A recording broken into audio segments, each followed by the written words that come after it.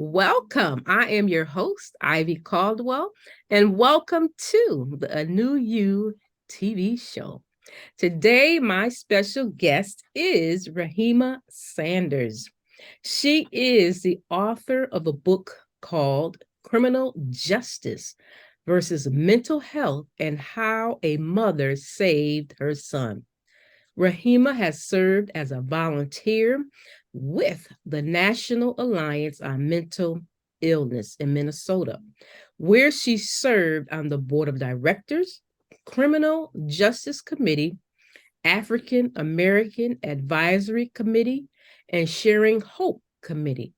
She has facilitated family support groups for families who have a family member living with a mental illness. She is a criminal justice mental health consultant, assisting families with navigating the mental health and criminal justice system. Rahima is also the co author in the book collaboration Walking in My Purpose. Rahima, welcome to the A New You TV show. Well, thank you so much. It's a pleasure to be here and an honor. Yes, amen, amen. We have been trying to connect, and I have been trying to get you on the show since last Yeah. year, but our schedules weren't clicking. They weren't clicking. But here we are, and I'm glad to have you on the show today. I met Rahima in 2021. We were in the same book collaboration entitled Walking in My Purpose. Rahima, how did you become a part of that book collaboration, Walking in My Purpose? Well, it's a very interesting story. I was over a friend's house and he was doing a book cover for one of my books. And he happened to show me this flyer and it had Latrina on it. And when I looked at it, she was advertising the book collaboration. And so I took it and I reached out to her to let her know that I was interested. And that's how I became active, involved with the book project. It's through Wow, a mutual friend that just connected us with the flyer. wow, that's awesome. You never know how God works and puts people together. Yes, You were there working on one project and God introduced you to another one. And here we yes. are And here we today. are. Wonderful. Now, in your chapter of the book, Walking in My Purpose, um, something happened with your son and you ended up advocating for him. But prior to that night that you wrote about in the book, did your son exhibit this type of behavior before? Well, the interesting thing is that when I think about it and in writing my portion of the book, I realized that when he was younger, growing up, he, according to his siblings, he had an imaginary friend, someone that he talked to, and they always said he was a little different. And I personally, didn't pick up on it. And we think as mothers that we're supposed to pick up on everything that has to do with our children, and we're supposed to know, nothing's supposed to get past us.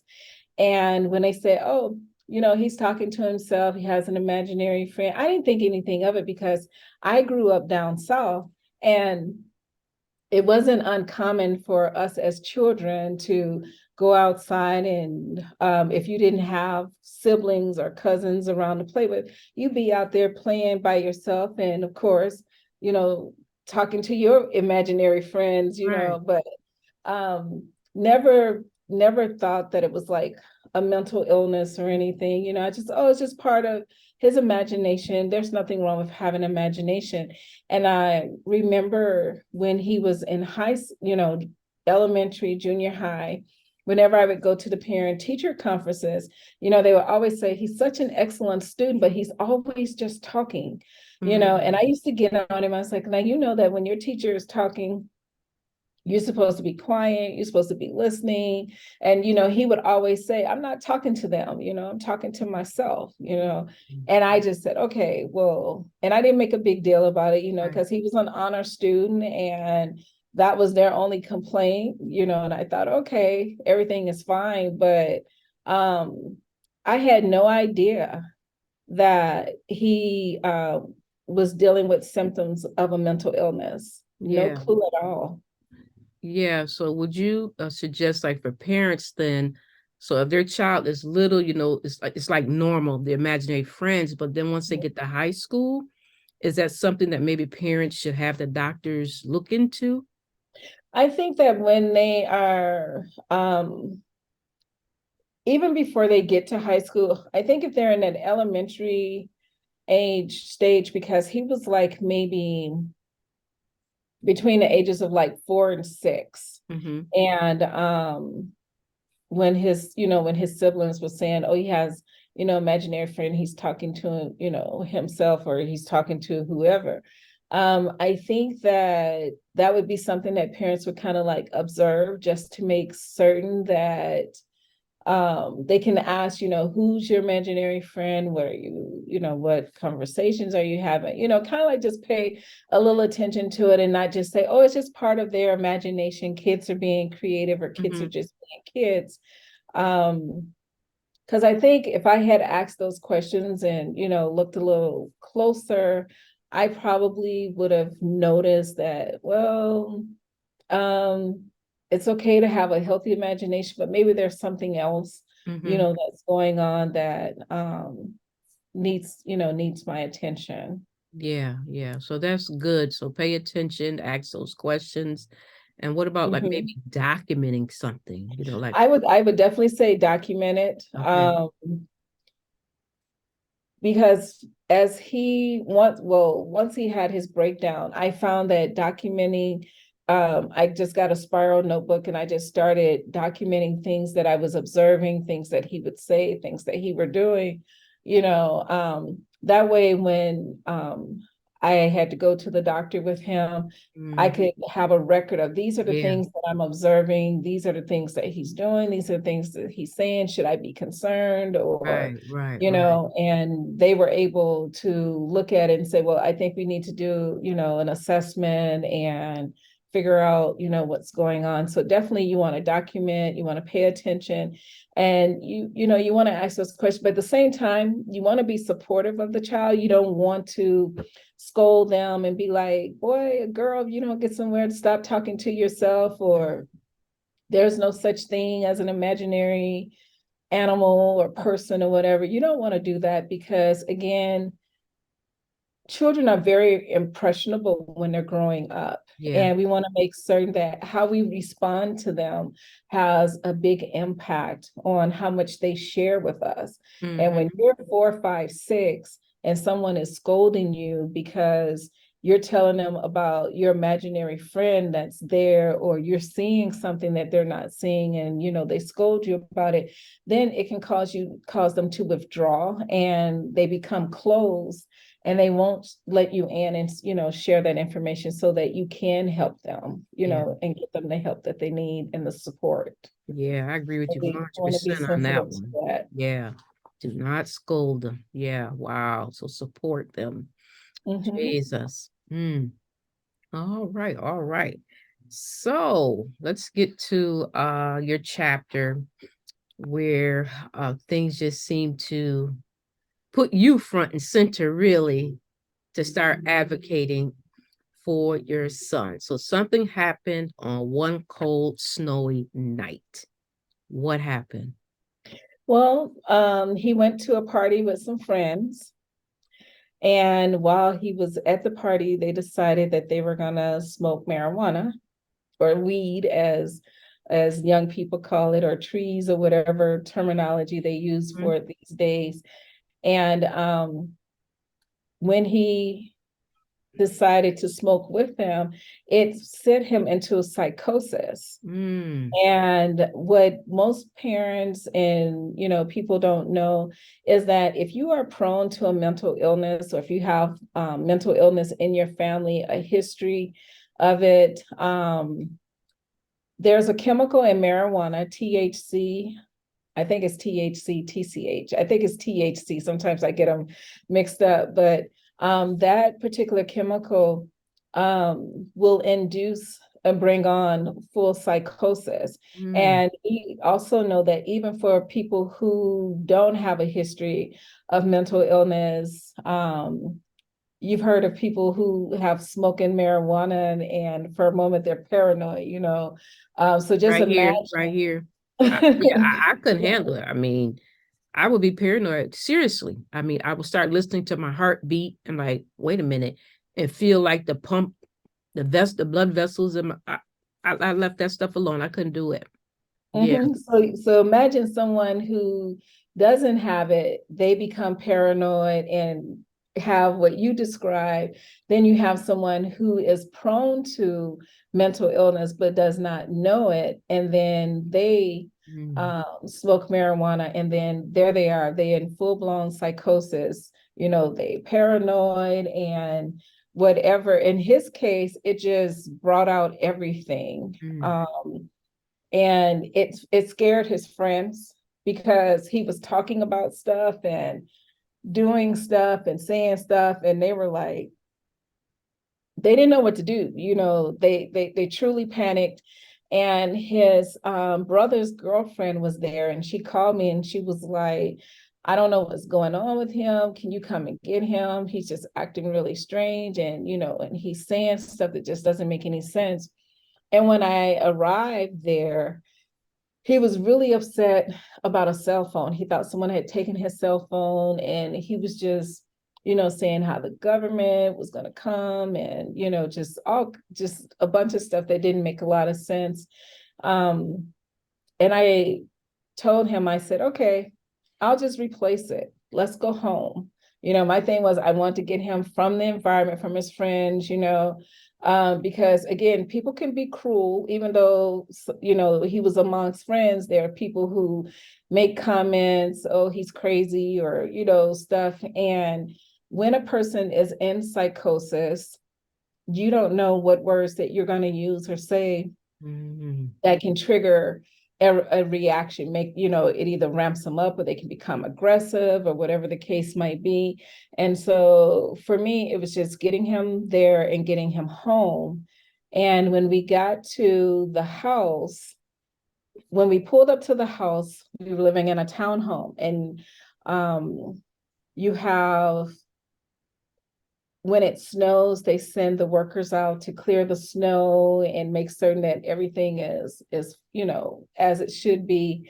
And he was saying that those were government agents and they were coming to get us. You mm, know, they were not out there clearing the snow. They were actually getting ready to come get us. So it took me literally about, I'm gonna say 30 to 45 minutes to convince him to mm. come into the house. And he's standing outside in a t-shirt and jeans in the dead of winter in Wow. snow. Mm, And I'm doing everything that I can to persuade him, you know, don't worry about them. We need to get inside where it's warm. And so mm, I got him inside and I told my friend, I said, something just doesn't seem right. And I went upstairs to call the hospital to talk to a nurse, you know, to talk about what was going on. And she called me downstairs, and he was standing in the kitchen holding a knife and a snow scraper. mm, And he was like, I'm protecting you because they're getting ready to storm the house. And mm, she's scared because she doesn't know, you know, he's standing there and he didn't have a little knife. He had a big kitchen butcher knife in mm, one hand and the sky, you know, the snow scraper in the other hand. And I don't know, I would say it was divine intervention, because I just said to him, I said, you know what? I don't feel good. I don't feel well, and you're my only relative mm, that's here, and I need you to go with me to the hospital mm. because I need help. Mm. And he agreed. Yeah. And so we got him into the vehicle. We sat in the front. I drove. She sat in the passenger side of the van, and he sat in the back seat behind her. but the whole while he was holding this knife Jesus. and this snow scraper. And so I just drove, and we remained calm, didn't engage him in any conversation or anything.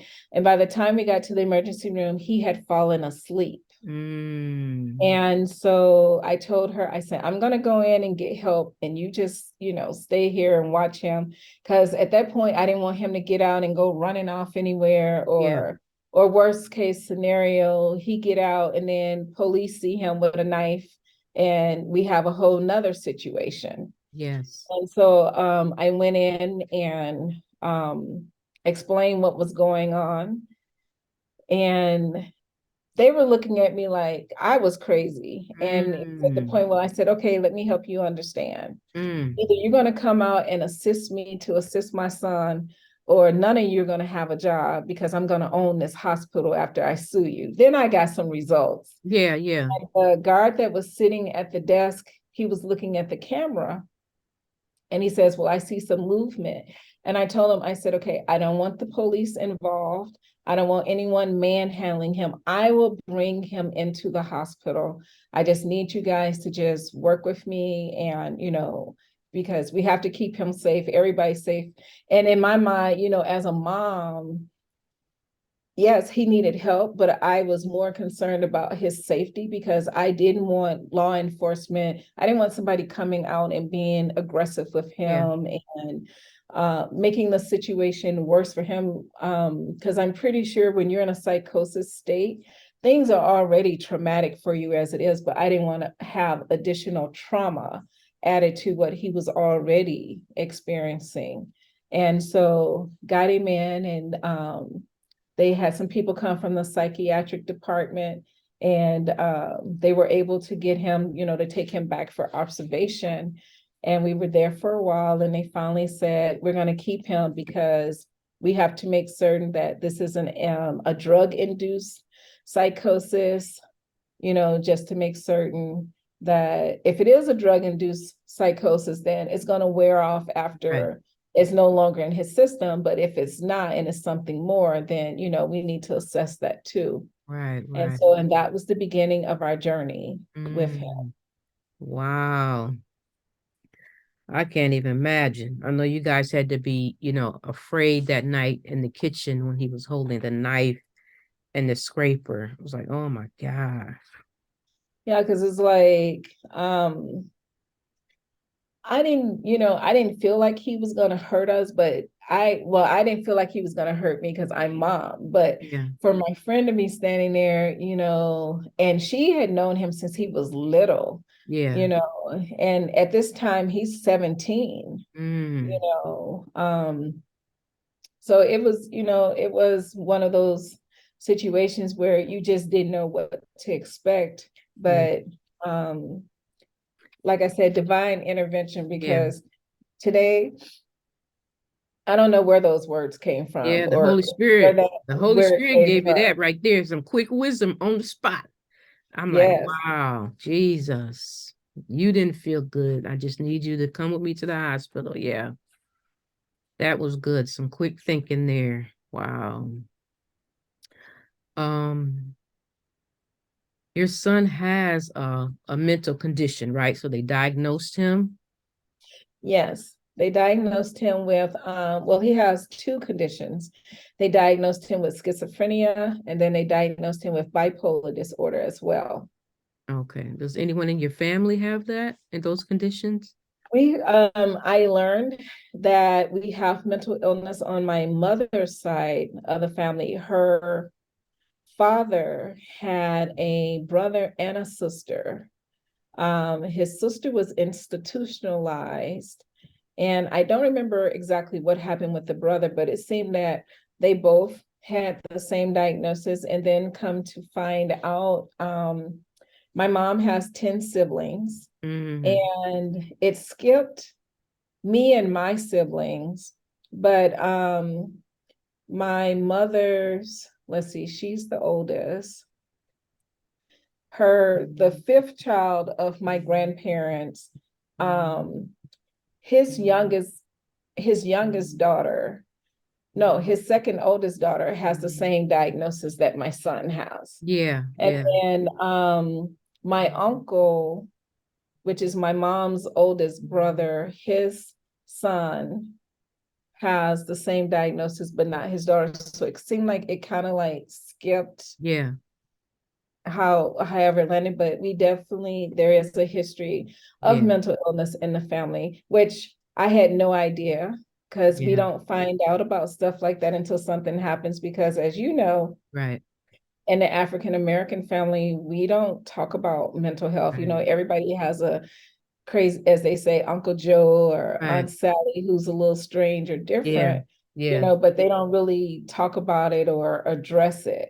yeah. And so, but when he had his diagnosis and his breakdown, I had to figure out, well, is it on his dad's side of the family? Did it come from my side of the family? Where did it come from? Right, right. And we discovered it was my mom's father side of Yeah. the family that had the mental illness. Yes, we have to change the narrative about that, in our communities. Mhm. It's like just stop hiding things and tell the truth because we need to know health issues. Because every time you go to the Yes. doctor, every year, did your mom have this? Did your grandmother have this? And you're like, I don't know. But that's not helping you or the generations that's coming behind you. So we need to know Yes. those things, what's going on in the bloodline, so we can Mhm. address them and watch out for those things if they happen. Wow. Mm. Because I think if I had known, I think the conversations with my children would have been a little different concerning not only just mental health, but um, I would have delved more into the knowledge piece of it to find out, well, what different things can cause psychosis, like marijuana. Hmm. I had no idea, but had I known that we had a family history of mental Yeah. health, you know, that's a conversation I could have with my children and say, okay, well, we have mental health in the family. Don't know if you're prone to it or not, but you want to avoid smoking marijuana, or you want to avoid this type of, you know, activity, or whatever the case might be, you know, to enlighten them and to prepare them. Right, Because right, if you right, don't know, then they're not gonna know. right. And so, Wow. All right. So your son is diagnosed, and then he's doing good, and then something else happened. In your chapter, you said that there was a situation where my son went off his medications. It was involved in an altercation, which resulted in the police officer being headbutted and receiving a chipped tooth. yes.